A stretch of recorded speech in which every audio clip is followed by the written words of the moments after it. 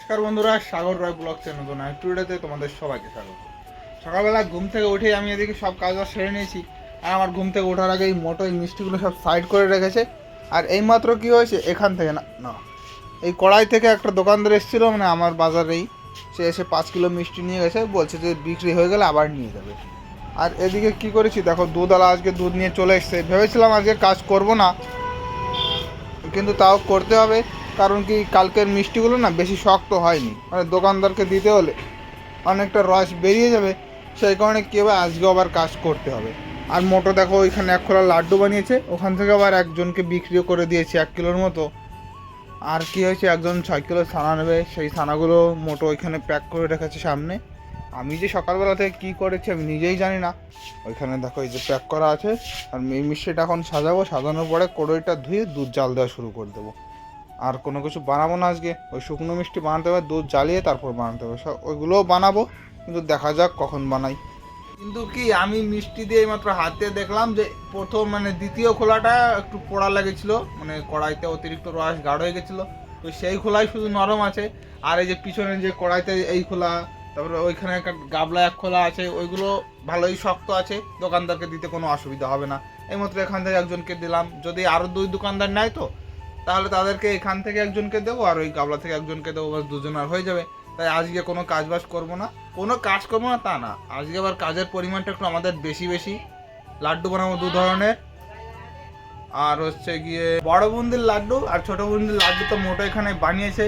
আর বানাবো আজকে মানে কালো মিষ্টি, গোলাপ জামুন যে পাউডার আনছিলাম বস্তি থেকে, সেই মিষ্টিগুলো আজকে বানাবো। তার আগে বরফি তো বানাতেই হবে, যখন মানে রসের মিষ্টি বানাচ্ছি না, দোকানে আজকে সব মিষ্টিগুলোই বানিয়ে ফেলতে হবে। তা চলো কাজ শুরু করি। তবে দুধটা জ্বালানোর আগে আমি এই মিল্ক কেকটা কাটবো। তবে মিল্ক কেকটা ফ্রিজে ছিল তো, সেই কারণে একটু শক্ত শক্ত হয়ে গেছে। হালকা একটু নরম হবে যখন, তখন এটাকে কাটতে হবে। আর এটা আমি 70 টাকা করে কিনে আনি, আর 120 টাকা করে বিক্রি করি, 110 টাকা করে। ওখানে ঠিক নেই, তবে 120 টাকাই আর সব থেকে বেশি দাম। তার থেকে দামে বিক্রি করতে পারি না। আর অন্য জায়গায় মানে পিসিদের দোকান ওইদিকে এর দাম আরও বেশি, কারণ আমার এদিকে মিষ্টির দাম অনেকটাই কম। সেই কারণে আমার কম দামে বিক্রি করতে হয়। অনেক বাঙালি আছে, তারা 140 টাকা 160 টাকা করে মিল্ক কেকগুলো বিক্রি করে, তাদের পুরো কিলো প্রতি 100 টাকা করে লাভ হয়। আর আমার হয়তো 50-60 টাকা লাভ হয়। আর মিল্ক কেকটা সাজানোর পরপরই দেখো আমি এদিকে লাড্ডু পাকানো শুরু করে দিয়েছি। মোটো এখান থেকে একটু বিক্রি করেছে, আর এদিকে আমি লাড্ডু পাকাচ্ছি। মোটো দেখো এখানে রান্না করছে ঝিঙের তরকারি। বাজার থেকে ঝিঙে নিয়ে এসেছিলাম, সেই ঝিঙে দিয়ে প্রথমবার খাচ্ছি, বছরের প্রথমবার ঝিঙের তরকারি। আর আমি লাড্ডু পাকাচ্ছিলাম, তারই মাঝে একটা গ্রাহক আসলো, সে এসে কালাকাঁদ আর রোল বরফি নিয়ে গেছে। তাই রোল বরফিটা আমি সাজিয়ে দিয়েছি, আর এখন এই কালাকাঁদটা কেটে এটাও কাউন্টারে সাজিয়ে দেবো। তারপরে আবার গিয়ে লাড্ডু পাকাতে বসবো। লাড্ডু সবকটা পাকাতে পারিনি, অর্ধেকের মতো কেবলই পাকানো হয়েছে, তখনই ওই গ্রাহকটা এসেছিল। এটা সাজানোর পরে আরও অর্ধেক লাড্ডু পাকানো বাকি আছে, সেটুকু পাকাতে হবে। তারপরে আমরা খেতে বসে পড়েছি। তবে আমরা না, আজকে আমি একা খাচ্ছি, মোটো এখনও খাচ্ছে না। মোটো বলছে একটু পরে খাবো, ওর খিদে নেই। আর আজকে দেখো কি রান্না করেছে, এটা পাতাকপি ভাজা, এটা সেই কি যেন একটা বলে ঝিঙে দিয়ে তরকারি, এটার মধ্যে কিছু আছে। আর এটার মধ্যে আছে কুমড়োর তরকারি। বাহ, আজকে অনেক কিছুই রান্না হয়েছে।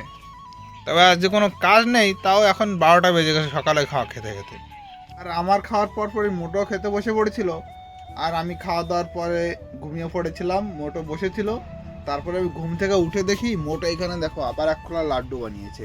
আর এখন আমি যাব দুধটা জ্বালাতে, দুধটা জ্বালিয়ে শুকনো মিষ্টি বানাবো। আর দুধটা দেখো এদিকে জ্বালিয়ে একবারে বরফির জন্য রেডি করে নিয়েছি। এখন এটা আমি ঘুরছি, যখন এটা ঠান্ডা হয়ে যাবে তারপরে বরফি, ছোটো পেড়া আর বড় পেড়া হয়তো অল্প কিছু বানাতেও পারি, নাও বানাতে পারি, এখনও বলা যাচ্ছে না। তবে বরফি আর ছোটো পেড়া এখান থেকে বানাবোই। আর বরফিটা ঘুরছিলাম। আর আগের দিন কি হচ্ছিল, বরফিটা মোটে শক্তই হচ্ছিল না।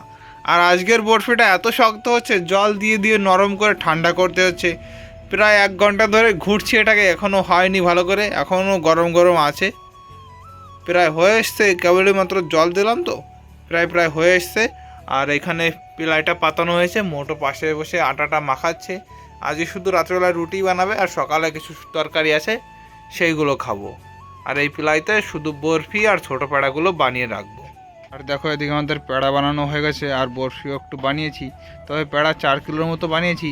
আর একটা লোক 1 কিলো পেড়া নেবে, সেই কারণে সামনে দাঁড়িয়ে আছে, তাকে এখান থেকে 1 কিলো দেবো, 250 টাকায় দিয়ে দেবো 1 কিলো। তারপরে কি করেছি, দোকানের ঝাপটা বন্ধ করে দিয়ে স্নান টান করে রেডি হয়ে গেছি। আর মোটর রান্না হয়ে গেছে। মোটর আজকে ডিম ভেজেছে, আর হচ্ছে সকালকার তরকারি, আর বানিয়েছে রুটি। তাছাড়া আর কিছু হয়নি রান্না। তো বন্ধুরা, আজকের ভিডিও এখানেই শেষ করছি। সবাই ভালো থাকো, সুস্থ থাকো, আর আমার চ্যানেলটি সাবস্ক্রাইব করে আমার পাশে থাকো। বাই।